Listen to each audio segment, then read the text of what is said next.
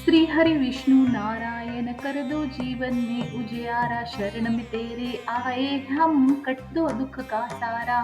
सोए मेरे भाग्य को जगाओ हे नारायण नारायण, सोए मेरे भाग्य को जगाओ हे नारायण हे ना। योग निद्रा से जाग जाओ हे श्री नारायण। 4 मास तुम सोते थे, परम भक्त में हृदय में रहते थे। तू ही दाता श्री हरि नारायण, तू ही सहारा श्री हरि नारायण नारायण नारायण। तू ही श्री हरि नारायण, तू जग का प्यारा है। तुलसी की माला हाथ में लेकर है, भक्ति में डूबा मेरा हर जीवन अब तेरा है। चातुर्मासिक 4 महीने हरि के नाम में मन में रम में, कर्म तप और साधना से पुण्य हमारे जीवन में जमे। हे श्री हरि नारायण, हे श्री हरि नारायण, हे श्री हरि नारायण नारायण नारायण। हे श्री हरि नारायण। नमस्कार दोस्तों, कैसे हो आप? जी हाँ, आज है देवशयनी एकादशी। जी हाँ, हर साल आषाढ़ शुक्ल पक्ष को जो एकादश आती है उसे कहते हैं देवशयनी एकादशी। और आज 2025 की 6 जुलाई 2025 को है देवशयनी एकादशी, जिस दिन हमारे सारे देव श्री हरि विष्णु नारायण के साथ योग निद्रा में चले जाते हैं। और हमारे प्यारे दुलारे श्री हरि विष्णु नारायण वो क्षीर सागर में जाके योग निद्रा कर लेते हैं। जी हाँ, श्री हरि विष्णु नारायण मन में मेरे बस जाओ, हरि बोलो हरि बोलो हरि बोलो, नारायण नाम लाओ। हे श्री हरि विष्णु नारायण, जय श्री कृष्णा। प्यारे दोस्तों, आज देवशयनी एकादशी पूरे भारतवर्ष में बहुत धूमधाम से उत्साह से मनाई जा रही है। जी हाँ, नॉर्थ में ईस्ट में इसे देवशयनी एकादश कहा जाता है, तो महाराष्ट्र में और साउथ में इसे आषाढ़ी एकादशी के नाम से जानते हैं। जी हाँ, नॉर्थ में ईस्ट में यानी उत्तर भारत और पूर्व भारत में श्री हरि विष्णु नारायण की देवशयनी एकादशी के साथ पूजा की जाती है, राम की पूजा की जाती है। और पूर्व भारत में जगन्नाथपुरी की पूजा की जाती है, जहाँ पे जगन्नाथ बाबा की अब यात्रा चल रही है, जो आज देवशयनी एकादश को बहुत धूमधाम से है।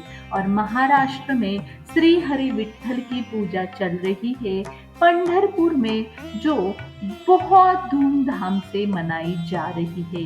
जी हाँ दोस्तों, तो दोस्तों, साउथ में बालाजी की उपासना और उनका उत्सव आषाढ़ी एकादश को मनाया जाता है। तो आज हम इन्फो गॉड स्वामी चैनल पे देखने वाले हैं क्या है देवशयनी एकादशी और कैसे उपासना करते हैं भगवान श्री हरि विष्णु नारायण की देवशयनी एकादशी के दिन। क्या व्रत का महत्व है, क्या शुभ मुहूर्त है पूजा का, और क्यों हमें ये उपासना आज आषाढ़ी एकादश की और देवशयनी एकादश की करनी चाहिए। तो चलिए हम देखते हैं सबसे पहले शुभ मुहूर्त क्या है। आज तिथि आषाढ़ एकादश यानी रविवार 6 जुलाई 2025। एकादश ऑलरेडी 5 जुलाई को शनिवार को 9:45 बजे शुरू हो चुकी है, लेकिन हम उदय तिथि मानते हैं, तो आज 6 जुलाई को हम आषाढ़ एकादश या देवशयनी एकादश मनाएंगे, जो रात को 11 बजे तक रहने वाली है। और पारना जो है वो दूसरे दिन द्वादश को 7 जुलाई को सुबह 6:30 से लेकर 8:30 बजे तक रहने वाला है। पारना यानी व्रत खोलना जो है इस टाइम पे हमें द्वादश को 6 जुलाई को करना है।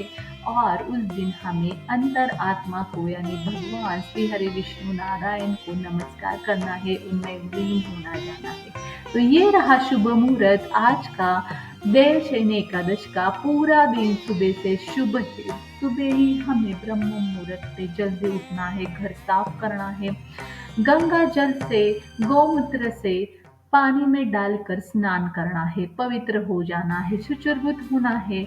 दिन आज की जो पूजा है आपको हर रोज की पूजा उपासना करके उसके बाद श्री हरि विष्णु की पूजा कर लेनी है। इसके लिए आपको देवघर में विष्णु की या कृष्ण की मूर्ति होनी चाहिए, राम की, पांडुरंग या विट्ठल की मूर्ति होनी चाहिए, विष्णु की कोई भी रूप की मूर्ति आपके पास घर में होनी चाहिए। उनका ध्यान करते वक्त हमें उनकी मूर्ति उठानी है, श्री हरि विष्णु नारायण को प्रणाम करना है, श्री गणेश को प्रणाम करना है, कृष्ण को, राम को, विट्ठल को हमें प्रणाम करना है। एक दामन में पली से 3 बार स्वच्छ साफ ताज़ा जल छोड़ देना है। उसके बाद श्री गणेश को, विष्णु को आवाहन करके बोलना है, हे श्री गणेश, हे विष्णु नारायण, हे लक्ष्मी माते, आज देवशयनी एकादश है, आज आप योग निद्रा में जाने वाले हो तथा आषाढ़ी एकादश भी सभी जगह पे आज ही मनाई जाएगी। तो इसी मौके पे मैं आज आपकी जो छोटी सी पंचामृत से अभिषेक पूजा पाठ कर रहा हूँ, आपके चरणों में समर्पित करके स्वीकार कर लीजिए।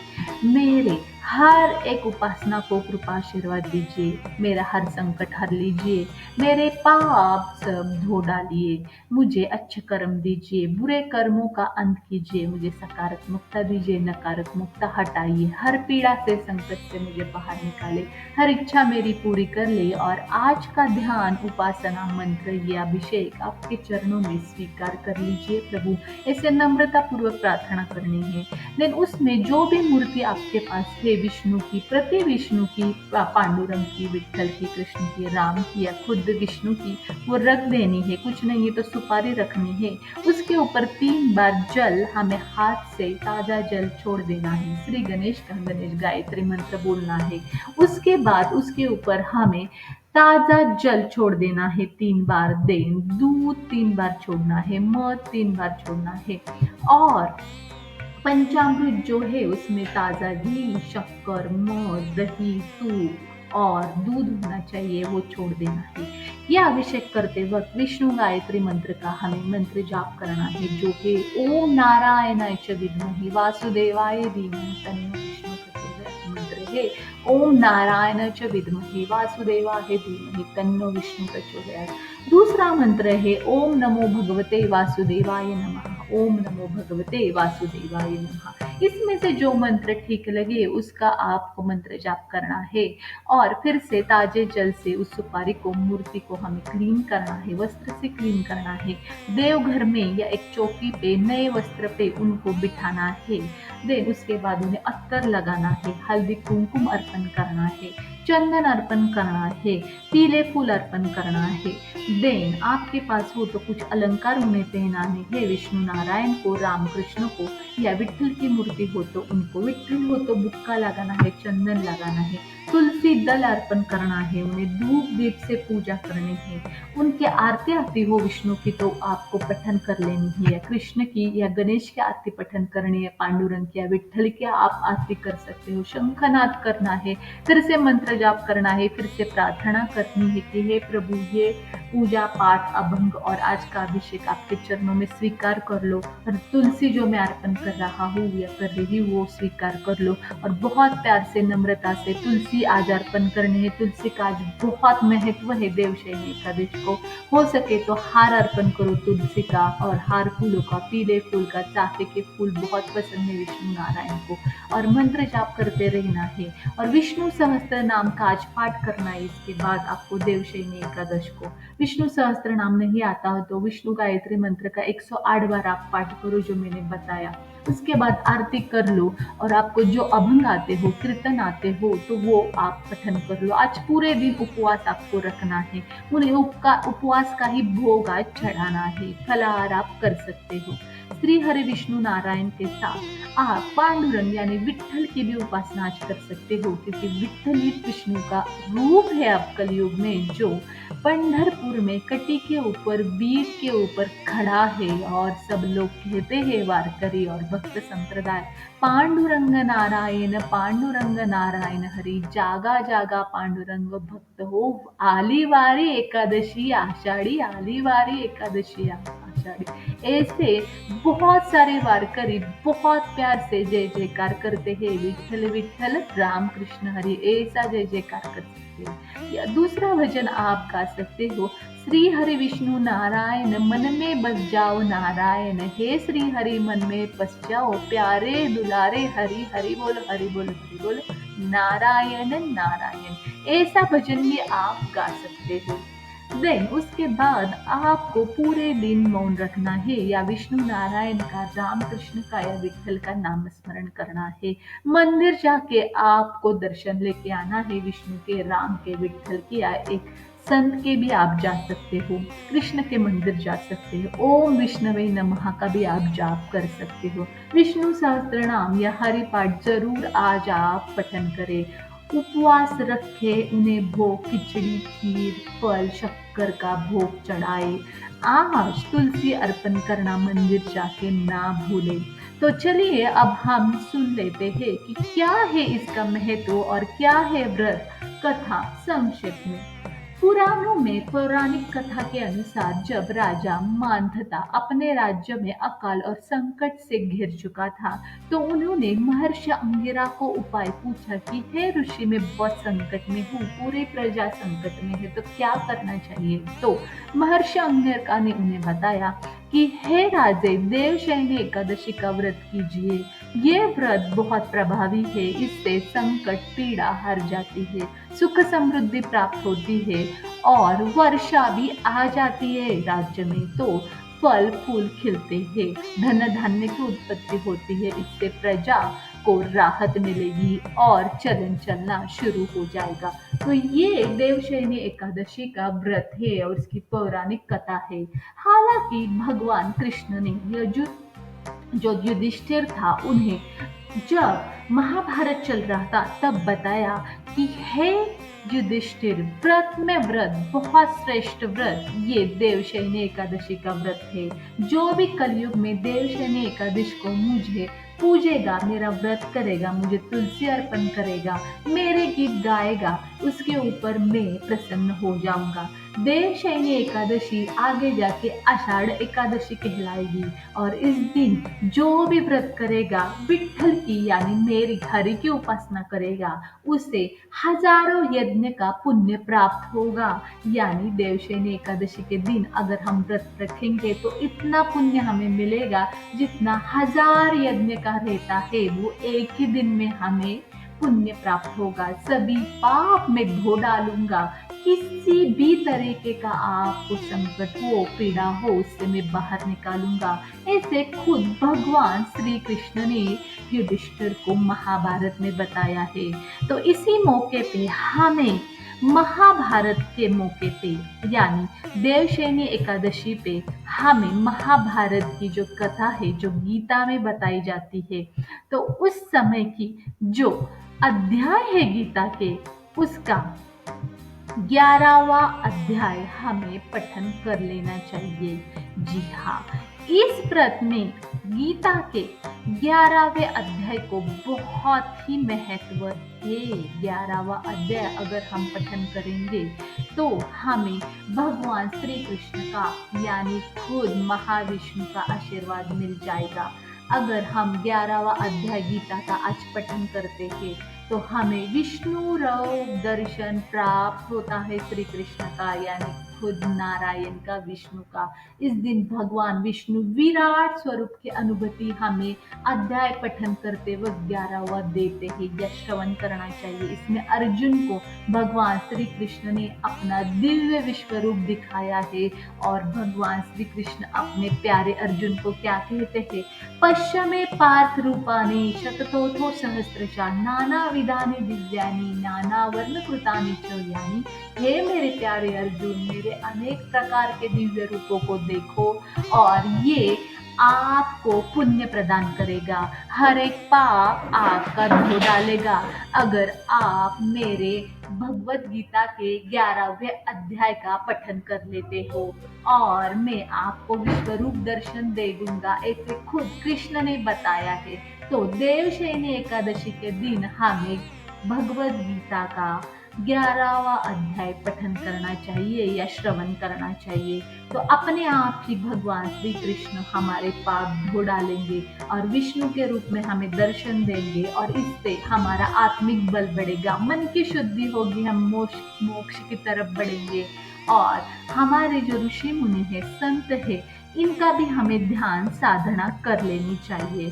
सत्कर्म को हमें जुड़ना चाहिए, मंदिर जाना चाहिए, भजन कीर्तन वहाँ पे हमें सुनना चाहिए और इस तरीके से हमें पूरा दिन भगवान विष्णु के नाम स्मरण में रहना चाहिए। तो देवशयनी एकादशी का और एक महत्व है। देवशयनी एकादशी के दिन भगवान श्री हरि विष्णु नारायण जो है वो योग निद्रा में चले जाते हैं, क्षीर सागर में वो चले जाते हैं और इस दिन से चातुर्मास जो है वो शुरू होता है। चातुर्मास देवशयनी एकादशी को शुरू होता है और 4 महीने तक रहता है और प्रबोधिनी एकादशी जब आती है तब वो खत्म हो जाता है। तो देवशयनी एकादशी में हमें हरि नाम में मग्न रहना चाहिए क्योंकि भगवान योग निद्रा में होते हुए वो उपवास रखते हैं और सिर्फ आत्मा से जुड़ते हैं। तो हम 4 मास तो हम उपवास नहीं रख सकते, लेकिन एक दिन रख के हम पुण्य प्राप्त कर सकते हैं और विष्णु का हम आशीर्वाद प्राप्त कर ले सकते हैं। और चातुर्मास में हमें हर एक व्रत को इम्पोर्टेंस यानी महत्व दिया है। तो इसी व्रत से, देवशयनी एकादशी के व्रत से ही हमें संयम, भक्ति और ध्यान, सत्कर्मों को इम्पोर्टेंस देके, महत्व देके व्रत रखना चाहिए और व्रत के आरंभ कर लेनी चाहिए। इस दौरान चातुर्मास में विवाह, मुंडन, गृह प्रवेश आदि शुभ कार्य नहीं किए जाते हैं क्योंकि देव जो है वो सोए होते हैं। प्रबोधिनी एकादशी तक वो सोए रहते हैं और प्रबोधिनी एकादशी जो है वो नवंबर में आती है और इसके कारण हमारे मन की शुद्धि होती है, हम संयम की तरफ बढ़ते हैं, आत्मबल, गुरुबल बढ़ देता है। और प्रबोधिनी एकादशी यानी देव उठने एकादशी जब आती है नवंबर में, तो तब से शुभ कार्य शुरू हो जाते हैं क्योंकि उससे पहले हम श्री हरि नारायण को तुलसी का विवाह करके जगाते हैं योग निद्रा से उनके, और तुलसी उन्हें कितनी प्यारी है, उनसे वो विवाह कर लेते हैं पहले और देन शुभ कार्य शुरू हो जाते हैं और देन हम हर एक शुभ कार्य जैसे विवाह का है या पूजा पाठ है वो करना आरंभ कर लेते हैं। तो ये चातुर्मास का और देवशयनी एकादशी का बहुत इम्पोर्टेंट भाग रहता है जो इसी एकादश से शुरू हो जाता है। तो दोस्तों, आज के दिन, देवशयनी एकादशी के दिन भगवान विष्णु की तुलसी अर्पण करके, उपवास रख के जरूर पूजा करना, उन्हें चंदन अर्पण करना, उनके मंत्रों का जाप करना, विष्णु सहस्त्र नाम का जाप करना और पूरे दिन संयम रखना। इससे हमारा कंसंट्रेशन, फोकस बढ़ जाता है। इंद्रिय जो रहते हैं, हमारे 10 इंद्रिय जो रहते हैं वो सब कंट्रोल में आ जाते हैं और एकादश यानी 11वां दिन है, 10 इंद्रिय यानी 10 दिन है और एकादश 11वां दिन और द्वादश यानी 12वां यानी आत्मा। तो हम 11 दिन यानी एकादश के दिन 10 इंद्रिय कंट्रोल में लाएंगे उपवास करके, तो 12वें दिन, 11वें दिन उपवास करके 12वें दिन हमें आत्मा की प्राप्ति होगी, यानी हम भगवान विष्णु के चरण में लीन होंगे और वो अपने आप ही हमें आत्मशुद्धि और पुण्य देंगे और मोक्ष की तरफ ले जाएंगे। तो इसे पापशयनी एकादशी या मोक्षदायिनी एकादशी भी माना जाता है। ये बहुत ही पुण्य प्रदान करने वाली एकादशी है। तो देवशयनी एकादशी के दिन जरूर आप ये सब काम करना। भगवान विष्णु को आप शरण में जाके, उनके नाम स्मरण में जाके आप उन्हें भाकना, उन्हें कृपा आशीर्वाद मांगना और दर्शन लेना उनके मंदिर जाके, राम कृष्ण के और विठ्ठल के और राम कृष्ण हरि के नाम स्मरण में आप दंग रहना। तो दोस्तों, मैं श्री हरि विष्णु नारायण के चरण में प्रार्थना करती हूँ कि हम सबको देवशयनी एकादशी को कृपा आशीर्वाद दे, हमें मोक्ष दे, संयम दे, शांति दे, आरोग्य दे, आयु दे और हम ऐसे ही उनकी उपासना और उपवास करते रहे और उनके मन में हम दंग रहे। तो आज का कंटेंट हम एंड करते हैं। हम मिलेंगे नए वीडियो में नए इंफॉर्मेशन के साथ। तब तक आप सबको देवशयनी एकादशी की शुभकामनाएं। श्री हरि विष्णु नारायण मन में बस जाओ मेरे हरि, हरि बोलो हरि बोलो हरि बोलो, नारायण राम कृष्ण हरि। तो चलिए दोस्तों, आज का कंटेंट हम एंड करते हैं। हम मिलेंगे न्यू वीडियो में। तब तक stay tuned on info God Swami channel. Bye for now, bye bye, धन्यवाद।